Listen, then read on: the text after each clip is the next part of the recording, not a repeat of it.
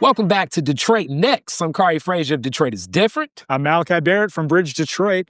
And this week we have on definitely the person in the running that is looking like the next mayor of the city of Detroit. Mary Sheffield joined us for some questions, and she really went into a lot of the full scope of what is coming up and how she sees transition, but also the vision of what she has for mayor. We had Mary on during the primary, early in this whole process when Detroit Next was getting set up. Definitely go back and listen to that. I rewatched it before our conversation, and boy, we really got into a lot of issues. I wanted to kind of expand on some things that we talked about, as well as go into new territory, specifically around what does the management of the city actually look like. So I think this is going to add a lot to our prior conversation. Mary Sheffield is the front runner in this race. We've got about a month to go. Absentee ballots are out. She is not letting up on the gas. She's been doing events all day, pretty much every day now.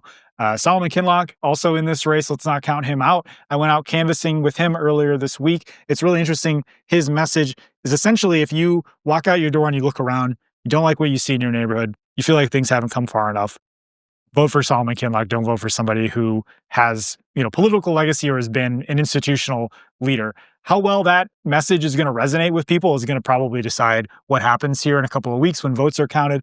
Mary Sheffield has been talking about her experience, her qualifications in the role, being council president, working on I think 100 pieces of legislation. They've talked about the People's Bill's agenda and how to take that forward into the future. Kari, we're going to get into it with her. Even so about the ethics and looking more into like giving funding to oversight and so many other things. Mary really opened up more so like when you look at both ways of this approach. So one is saying that I'm an outsider coming in so I can clean things up. And one saying I've been on the inside and actually adding to the quality of life. This is one of those big discussions, but even when we see what's present and what has been going, as you said, Mary's been back to back to back to back, so many places, so many community commitments, and even the funding that you got into, but some of the lowest donors and the highest donors are all leaning towards Mary Sheffield. Mm-hmm. Welcome back to Detroit Next. Today, we are joined by Council President Mayoral Candidate Mary Sheffield. Thank you for being with us again. Glad to be back. It's been a while since our last conversation. We're out of the primary now. We're in the final month of this election. It's the 9th of October when we're recording this now. How are you feeling? What's the vibe like out there? Good vibes, a lot of excitement, a lot of energy, momentum behind our movement to ensure that we have responsible, competent, and experienced leadership to move our city forward. So we are very proud of the race that we've run, the numerous residents that we've touched, and even now with it being October 9th, we actually have a town hall tonight in District 7 where we're continuing to go out and to listen and to touch and to engage and to elevate the issues that matter to Detroiters. I've been to a couple of those town halls, not all of them, and it's been interesting to see how, you basically outline your policy agenda. You say, here's the stuff that I've done, here's the stuff that I want to do. What do you guys make of that? And it's a real kind of back and forth dialogue with residents. What's come out of that? Had there been any kind of like significant changes or things that you've reconsidered or added to your platform that brought up by people? Yeah, definitely we always take into consideration comments and concerns that were raised during our forums to go back and add that into our policy. Some of our 100-day goals, whether it's in housing or education or public safety, the community knows best what is needed in their neighborhoods. And so, yes, we've made a lot of adjustments, and we're always reminded that there's so much work to do in Detroit. But I'm very encouraged to have partnerships and the collaboration that I believe is going to be needed to help ensure that we get those issues addressed. Housing and neighborhoods are really big themes in this race. We have a rising homelessness problem in the city. Statistically, it's gotten worse since the pandemic, particularly for single women with children. That's like the biggest percentage of people that are cost burdened as well as housing insecure. I know you want to create a task force and an office to address housing issues, but tell me more detail about what you want to do. So not really a task force. So what we want to do is have a singular focus on the issue of homelessness and housing. Right now, all of our homeless work is partner with our Housing and Revitalization Department that also focuses on the development of housing. So we believe it's important to have a singular focus on homelessness and housing from a human services standpoint to provide the wraparound services that are needed to the families who are the most vulnerable in our city. I also believe that there should be more of an approach to prevention, ensuring that we're providing direct rental assistance, direct money towards eviction diversion efforts, and building more permanent supportive housing here in the city of Detroit. And so that would be my goal, is to ensure that families have the wraparound and social services safety net that they need, but also develop more permanent supportive housing. I'm not sure people really understand what supportive housing is. Yeah. We're not talking about shelters. We're talking about transitional. This is housing where, we place someone who is homeless in housing, permanent housing, but we also provide the wraparound services that are needed. So whether it's education, mental health, drug addiction, they are housed first and then they get the treatment while they're there versus, you have to get clean first before you go into housing. Mm-hmm. We actually place you into housing first and provide the wraparound care that is needed for you to be successful and to succeed. That wraparound care is kind of like the foundation for solving other issues. Exactly. I was reading a city report that was sent to the U.S. Housing and Urban Development, at the federal government. Mm-hmm. And this is a long walk, so just bear with me for a second. But it said that most of Detroit's rental stock is it's available for under $1,000 per month. But a lot of them are in really rough shape and a lot of them are just unsafe to live in. Mm-hmm. And in talking about this online, people have convinced me that there's actually a greater need for home repair than building new affordable housing. We have enough housing units to serve our population, but they're not decent. They're not Mm-hmm. safe. And, and some of them aren't affordable too. So it's kind of shifted my thinking around that. In terms of prioritization, do we think that building or rebuilding a lot of these derelict homes are more important than building new ones? A lot of what's being built isn't necessarily affordable for people in that lowest income situation. I think a combination of both. I've been a huge advocate for home repair grants, and we've also have undertaken a massive preservation effort in Detroit, preserving thousands of affordable units in our city.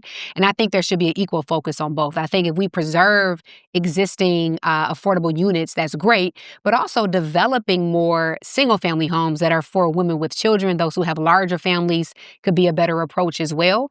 But I think with the need of housing that we have in Detroit, I think both options are what we should approach from a very aggressive standpoint. There's the 0% home loan program for people to repair their houses. There also was the ARPA program that will be going away that provided home repairs for seniors, roof repairs, and window repairs. Yeah, and so that program won't go away. Just the significant amount of funding that we got from ARPA, which was a $40 million allocation that allowed us to serve more residents, is what we are going to be losing. However, every year I've put money into that budget, and even this year I put $2.5 million. So it will continue, and we've already had some very productive conversations with the hospitals, foundations, and others who are willing to step up to ensure that we sustain the level of support that we've been giving residents to date. That's interesting. There's been a lot of talk in this race about how philanthropies and corporations can step in and fill budget gaps. So you've gotten some commitments on that. I've got a lot of our corporate partners, philanthropic partners, who are very eager to fill in as much as possible. They are waiting to know who the next mayor is and what their priorities are and how they can be helpful. And so everyone knows that home repair grants has always been a priority for me. Affordable housing as well too. Education is going to be a big one that I'll be championing as well as it relates to out of school time and after school programming. But yes, they are eager and ready to step in and to support. And then also, I don't want to make sure that it's not a gap in the budget, because we never used ARPA funding to fill any gaps, right? It was one-time funding that came to Detroit that we used to put into programs that we knew was going to be gone in 2026. So unlike other cities, we didn't use it to fill shortfalls or, to make up for any deficits. We used it for one-time funding for a lot of programs that have been very successful. Yeah, that is a really important point. The reality situation, 38% of Detroit households are cost burdened, which means they're spending at least 30% of their income on housing. 1 in 5 spend about half of their income on housing. So it's just a really deep problem. We have some tools. We're putting more funding into these programs, but how long do you think it will really take to turn the corner on this? On housing in general? Yeah, and making it so that there's not such a significant portion of the population that's spending most of their paycheck on housing. Well, I think it's a combination of things. I think one, we have to focus on getting more livable wage, good quality jobs in Detroit. There was also a University of Michigan study that came out a few years during the revenue estimating conference that indicated, I think, roughly 50% of our residents who are working full time are working below a living wage. And so I think it's the quality of the jobs, it's the our ability to build our middle class and raise the incomes of Detroiters that I think is also important. But I think also the more that we can continue to reduce property taxes, cut red tape, and incentivize the develop of quality, affordable housing, then we will make more progress in that area.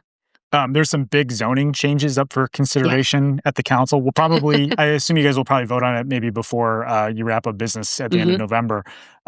Basically, they would help expand residential zoning districts so that more multi-unit buildings, infill housing on vacant lots. And then there's a really interesting one that came across this week about saving old schools and libraries and other like public institutions that are vacant through adaptive reuse strategies. So zoning, not the most interesting topic, but has a lot of impact on the city. How can we maybe further change zoning codes to make some of this easier? Yeah, and I think just for, average people who are just watching, at the end of the day, we're trying to make it easier for developers to come fast track the development of housing. As you already indicated, it is a huge burden. It's a huge need. We need, I think, roughly 40,000 units of affordable housing. So we got to get it up. We got to get it developed, shovels in the ground, and families into housing units. And one way we do that is if we reduce regulation. Zoning in itself can take a year, 6 months, 2 years, depending on the zoning changes that are required. So if we eliminate that step, we're expediting the development of affordable housing. So it's something I'm interested in looking into. Other cities have done it as well. And as much as we can fast track, like we use a pilot ordinance as example to fast track the development of affordable housing and incentivize it, I think the greater shape we're in to ensure that we're actually meeting the goals and the needs that we have in Detroit. Have you had much of a chance to look into those two zoning proposals that I mentioned? What do you think about those? I have a somewhat of an understanding of it in a larger scheme of things, and I'm looking forward to diving deeper into it. But overall, I do support, if we can, expedite and make it more of a by right for some of these housing uses in our neighborhoods, that it is usually a win for our communities. Now, I do understand that every neighborhood is different, and some neighborhoods may not want density. They may only want single family. And so I think those are the type of conversations that we do have to continue to have with our communities to ensure that we're respecting the integrity and the wishes of community as well. I think a lot of folks expect Trump to be outwardly hostile toward Detroit. You've talked before about not wanting the National Guard to come in here. It didn't work out so well the last time in the 60s. But still, I mean, I think a lot of folks just feel like it's something that's kind of inevitable. Maybe we're not on the top 5 cities that troops are going to, but maybe we're on the top 10 or the top 20. So how are you preparing for that potential? Well, as mayor, my job is to ensure that that doesn't happen. And I am going to remain focused on doing whatever I can to prevent the national troops from coming. And that, to me, is going to be having a comprehensive and coordinated approach to how we address public safety, one that is rooted in strong partnerships with law enforcement and community. And what we are doing is working. Now, we know Detroit is still far too unsafe. One life lost is still far too many, but every year I've been on council, violent crime has gone down in every category of violent crime. Just this past week, we stood with the mayor and law enforcement agencies to announce that yet again, this third quarter of this year, we saw a significant drop in crime in Detroit. And so our approach is working. And I think it's about how we build on those partnerships with law enforcement and community to continue to drive crime down even more. So I think it's unwarranted. As our governor stated, I don't think that it will solve any issues. And so how I'm preparing is continuing to drive the work that we're doing and trying to get crime down even more to show that our approach with partnerships in community and law enforcement is working. And the federal troops or National Guards, I should say, would not help anything. If anything, I think it would make it worse, to be quite honest with you. So my goal is to continue to build those partnerships and to avoid that situation from happening. The mayor, Duggan, has said that a good version of a relationship is kind of what we're doing right now. They give resources through federal prosecutors, DA, ATF coming down here and working on cases in that way instead of this show of force on the streets. Exactly. That must, I don't know, that must be a difficult position for you to be in, though, that like Detroit becomes a national spotlight and now you are having to contend with a federal administration that, tends to be pretty aggressive. Hmm. Just on like a human level, like that would give me anxiety. Like, how are you feeling about Yeah, all that? a lot of people say it's inevitable. I try to think more optimistically. I know that Detroit is a target. I know that urban leadership and those who are leading who are African Americans are a target of Donald Trump. But ultimately, I am just trying to be more optimistic in my belief that if we continue the route that we're going, highlighting our partnerships with law enforcement and community and driving crime down, we won't have to worry about it. And if we do, I will be prepared and I will be able to address and handle the situation. So no anxiety. This is the times that we're living in, unfortunately, and we will be prepared if, in fact, that does happen. Just kind of on this theme of government power, I saw some concerns when Mayor Duggan endorsed you that, well, it basically fuels concerns from people that were kind of already skeptical of Duggan that Mhm. that he would have a continued influence over your administration, especially if he became governor. Mhm. Um, what do you make of that? I think it's far from the truth. Everyone who has had the opportunity to watch me my last 12 years on the city council knows that I am the most independent voice that you could find. I have challenged the mayor. I have stood by myself. I have pushed the status quo, and we have not always agreed on everything. And even with Mayor Duggan endorsing me, he indicated that, listen, I'm not supporting her because she's going to continue my policies because she's her own person, but I am supporting her because I do believe she's the most qualified and capable leader in this race to move our city forward in a positive direction. And I just think that that is so important for people to understand. I do think Mayor Duggan has done a great job. We have not always agreed, and I will always do what I believe is best. We have different philosophies, different priorities, and I'm going to lead in a different way, but I've learned a lot from him. And I'm excited to move forward in my own way to address the issues that Detroiters have. Do you anticipate endorsing him for governor?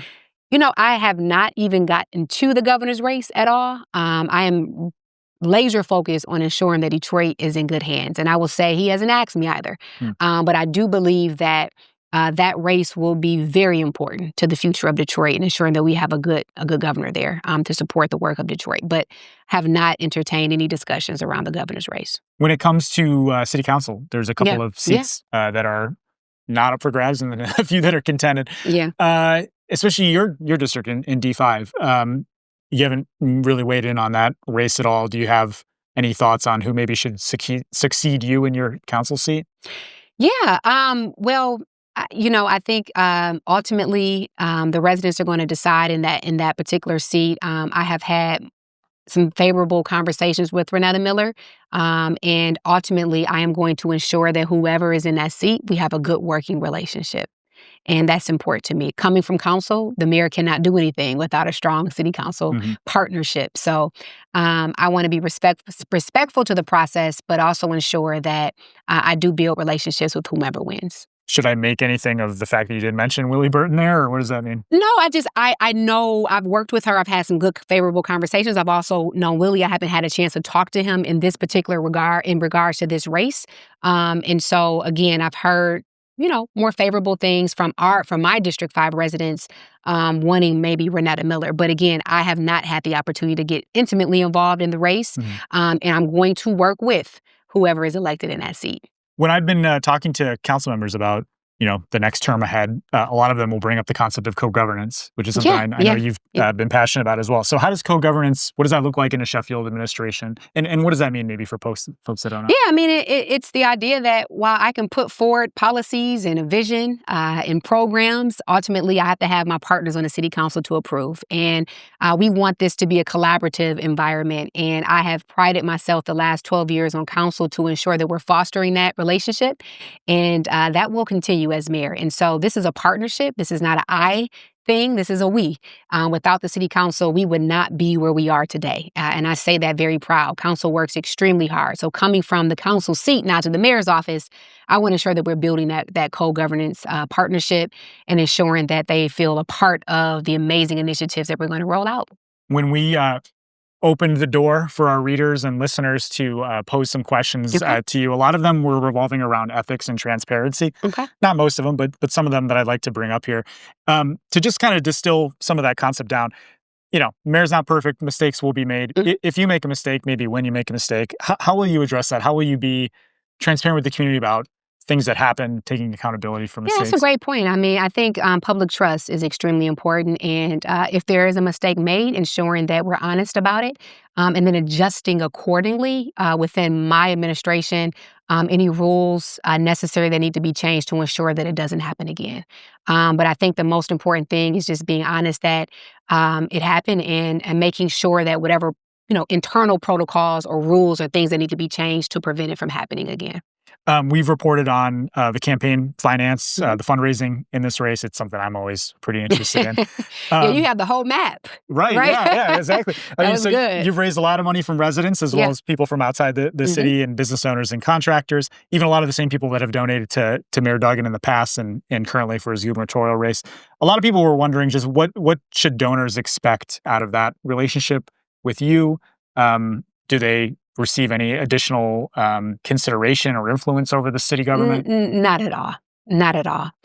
Everything that we do will be in a fair, transparent, and equitable way.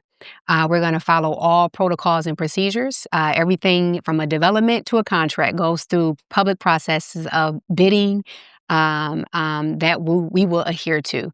I am grateful for the tremendous amount of support that we've received from $5 all the way up until a diverse range of support. But ultimately, what's most important to me are the issues that I've heard on the ground from Detroiters and ensuring that everyone is able to support and uplift those concerns. And so I am a mayor for everyone, right? And so we have to ensure that we have everyone's participation in moving the city forward in a positive direction. But would always remain, my focus is the issues and needs of the city and ensuring that we're increasing the quality of life for Detroiters. Not to put this on you, but just, there have been issues in the past that elected leaders have had with contractors and their relationships to businesses and so on. Don't need to get in all the examples. People know what I'm talking about. People bring it up to me as kind of a reason that they are distrustful of the city government. So appreciate what you have to say there. I don't know. Anything else you'd like to add about the challenge of trying to turn public perception around on that? Because a lot of folks just feel like, not even just you, that there's just like pay for play still going on in the city government and things like that. Yeah, I mean, I think just in general, we're going to try to promote as much transparency as possible, especially within the bidding and procurement process. We want to have things online in real time that shows how decisions were made, where you can go and see who was awarded what. So as much as we can implement innovation and technology into incorporating more transparency in city government, we will do. So that's very, very much so important. Of all things, a GZ concert put a spotlight on ethics disclosures in the city. My understanding is you asked Comerica Bank for tickets that you gave to constituents. The law department said it's okay, no charter violations occurred because Comerica Bank doesn't do business with the city. So just to be clear, nothing illegal was done there.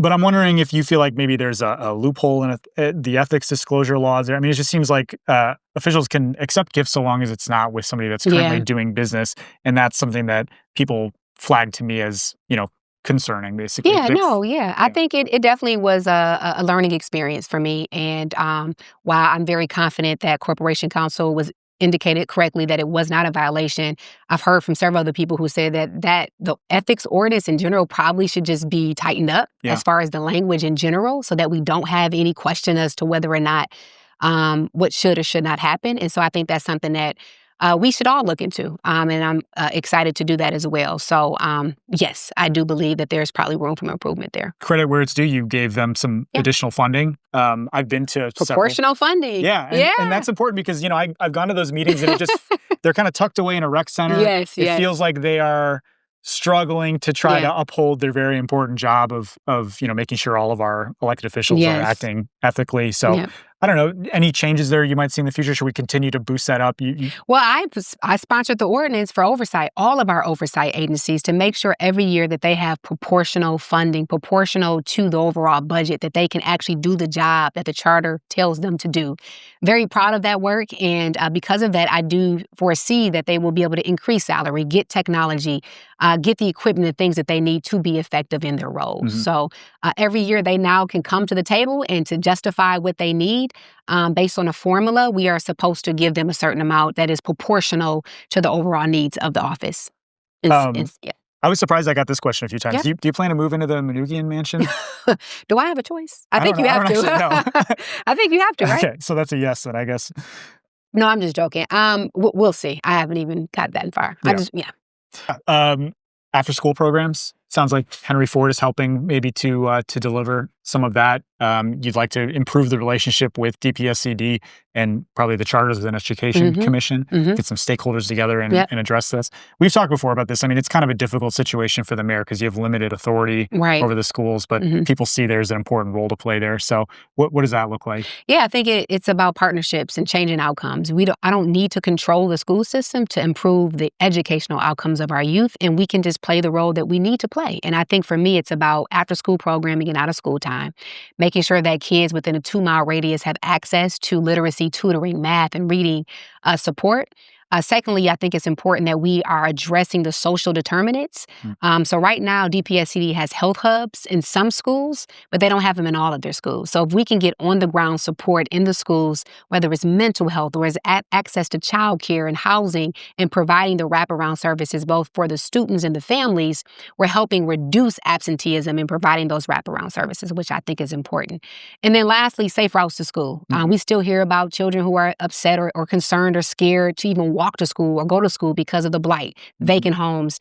And so we want to ensure that there are safe routes and more coordinated transportation to help our students get to school. So those are 3 areas I believe the mayor can be a greater partner in to help change the educational outcomes of our students. I've learned over the last couple months as people are back to school that a lot of students use DDOT to get to school. They do, and home a after lot. school. And again, it goes back to the coordinated transportation system that the mayor can have a greater impact on to ensure that they're able to get to school. So very eager to hone in on that issue a bit more because Dr. Vitti, Superintendent Vitti, mentioned that was one of the major issues was transportation. We've talked a lot about buses, about DDOT, paying drivers more, getting more buses on the street, increasing frequency, reliability, so they're not showing up late. There's also some other discussions around transit happening right now. The Detroit People Mover is considering expanding. They're doing their study. The Q Line's kind of thinking about expanding too. Where do those 2 things maybe rank on your priorities when it comes to transit? I mean, they're at the top, but I think the most important thing is reliability and frequency of our current routes. No one should have to wait 45 minutes to catch the bus. And so that is the most pressing need for me is how do we improve our current public transit system. There also have been some very productive conversations around shuttles and micro transit that can supplement the current routes that we have now. And so that would be my immediate priorities is reliability, frequency, safety of our current routes, and then moving into more bold ideas like the expansion of the People Mover or also our M1 rail as well. Part of the perception issue you talk about too is, just people don't. There's a stigma there, right? There's a safety issue that people feel very unsafe riding the bus. And then there's also a perception that it's for like poor people or something. How do we reverse that? There's been some cool like activations of the Q Line with like DJs they brought on. Jazz Fest, they activate some of the People Mover stations with like music. I don't know if you can do that on bus, but like what can we do to kind of reverse that? I think it's a culture, a change that we all have to make. And some of it is, marketing it better, putting money towards campaigning that, listen, it's cool. It's okay to ride DDOT. In any other city, it's a cool thing to do. And so changing that stigma and perception, I think, is important. And the more we put money into the system, we pay our drivers, we boost the morale of our DDOT bus drivers, and we market the system in a different way, I think it would help with changing the stigma as well. We promise to get you out of here on time for your next event. Thank you. Would you like to make a final pitch to vote? What's the message here in the last week? Well, the message is, Detroit, this is a critical time in Detroit's recovery. And this is not a time for on-the-job training or to experiment with our future. I believe in this moment we need experience and competent leadership that can move us forward in a positive direction. I will always ensure that housing, education, our neighborhoods, public safety, and good-paying jobs are at the forefront of all that I do. It's been an honor to serve, and I hope to serve you as the mayor of the city of Detroit. Great. Thank you. Well, thank you so much for your time. Thank I really you. Appreciate you, Malachi.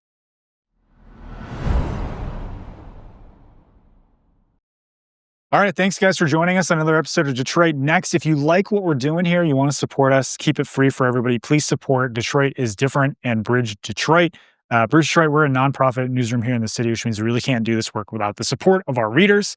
There will never be a paywall on our content. This will always be available for the public because we are trying to inform folks so that they can participate in their democracy here in the city. What does Detroit is Different do? What are you guys all about? Oh, man, we're all about the culture because that's what we want to bring to life because we feel that culture is going to heal so many things in the city, but it also is definitely something that needs the support of the people to watch, carry on, and share with everyone that you can. Projects like this and so many other creative things. We even do something else, public comment, and so much more, just getting out information that is needed. So projects like this, the creative works, the culture, it all is an anchor what we need in community so that we can have some different discussions in Detroit. Not necessarily what the national spotlight brings to our city, but we will be carrying on here with Detroit Next. We're going to get into some discussions a lot about City Council coming up soon. And actually, when this election wraps up, we're going to also talk about what will be next moving forward. So thank you so much for supporting Detroit Next. And make sure that you're liking, sharing, subscribing, and bringing others to connect with this project. Check you next time.